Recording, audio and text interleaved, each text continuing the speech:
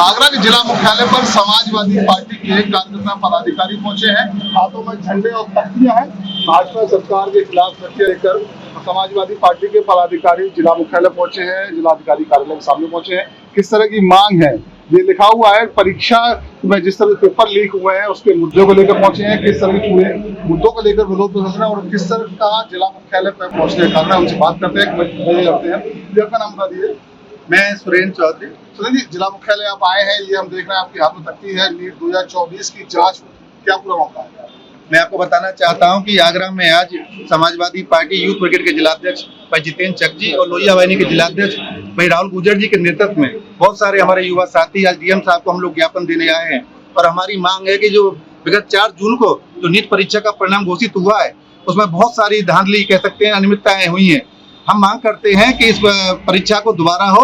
ये देश के नौजवान छात्रों के साथ बहुत बड़ा खिलवाड़ है और करीब 23 लाख बच्चों ने इसमें एग्जाम दिया था और जिस तरह से नालायक टाइप के लोग और इसमें पास हुए होंगे और उनकी द्वारा जांच हो, ये परीक्षा रद्द हो और ये बच्चों के साथ जो खिलवाड़ हुआ है इसकी निष्पक्ष जांच होनी चाहिए।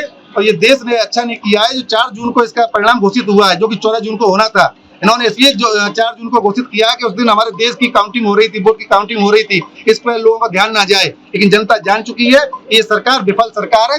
भाजपा सरकार ने इस पेपर को लीक कराया है। समाजवादी पार्टी का रुख क्या रहेगा? समाजवादी पार्टी के राष्ट्रीय अध्यक्ष जी ने भी इस पर ट्वीट किया है और नेता हमारे पार्टी के नेता छात्रों के साथ हैं और इस परीक्षा को रद्द कराने की हम लोग मांग करते हैं। आपका नाम क्या है? परिचय।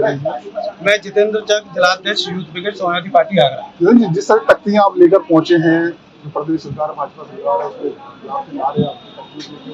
पेपर लीक का मुद्दा लिखा हुआ है, किस तरह की मुद्दे आप उठा रहे हैं, उसकी वजह क्या है? सर, इसकी वजह मैं आपको बताना चाहूँगा, ये अकेला नीट का अकेला एक पेपर नहीं है। इससे पहले तमाम भारत में एग्जाम हुए और उन सभी एग्जामों में आपने देखा होगा सभी कहीं ना कहीं बीजेपी के जो लोग थे उसमें संलिप्त पाए गए हैं। तो नीट का एक ये आउट हुआ हरियाणा में, एक ही सेंटर पर 8 लोगों के एक जैसे सेम नंबर थे और जो आयोग से इसकी जब बात की तो आयोग ने कहा कि हमने इनको ग्रेस देके मतलब ये पास किए हैं। तो मैं इस तरह का ऐसा कोई प्रावधान नहीं है, मतलब इस तरह का जो नीट के एग्जाम है इस तरह का कोई प्रावधान नहीं है कि ग्रेस देके पास किया जाए। इसमें कहीं ना कहीं बीजेपी की क्षमता पाई जाती है। एक और चीज बताना चाहूंगा कि बीजेपी दावा करती है कि इस देश में से माफिया और चोर चक्के गायब हो गए। मैं बताना चाहूंगा अगर इस देश में बीजेपी की 2014 में जब केंद्र में सरकार बनी थी उसी समय से माफिया का उदय हुआ इस देश में, लेके अनेक माफिया, शिक्षा माफिया, भू माफिया।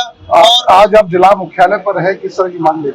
हम मांग है हमारे राष्ट्रीय अध्यक्ष अखिलेश यादव जी ने इस जो एग्जाम पर उन्होंने भी बोला है और तमाम देश के छात्र और छात्रों की आवाज समाजवादी पार्टी ये बुलंद कर रही है कि जिस तरह से देश में जो पेपर लीक हो रहे हैं, एग्जाम को रद्द किए जा रहे हैं, उन जो बीजेपी की जो मंशा नहीं है कि वो एक रोजगार बच्चों को, छात्रों को करा सके, वो अपने आप और अपने जैसे अंगूठा छाप और गरीब रोजगार के रूप में देखना चाहते हैं, जिससे कि बीजेपी कोई सवाल ना कर सके, जिससे कि बीजेपी से कोई किसी प्रकार के मुद्दों की बात ना कर सके। बीजेपी ने कभी तक अभी आज किसी मुद्दे की बात नहीं की है। जांच की मांग कर रहे हैं? जी बिल्कुल। क्या नाम आपका?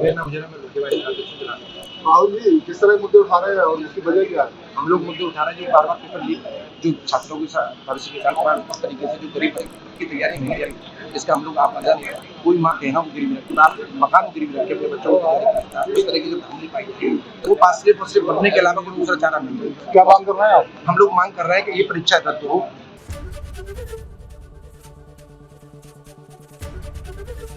एबीपी गंगा, खबर आपकी, जुबान आपकी।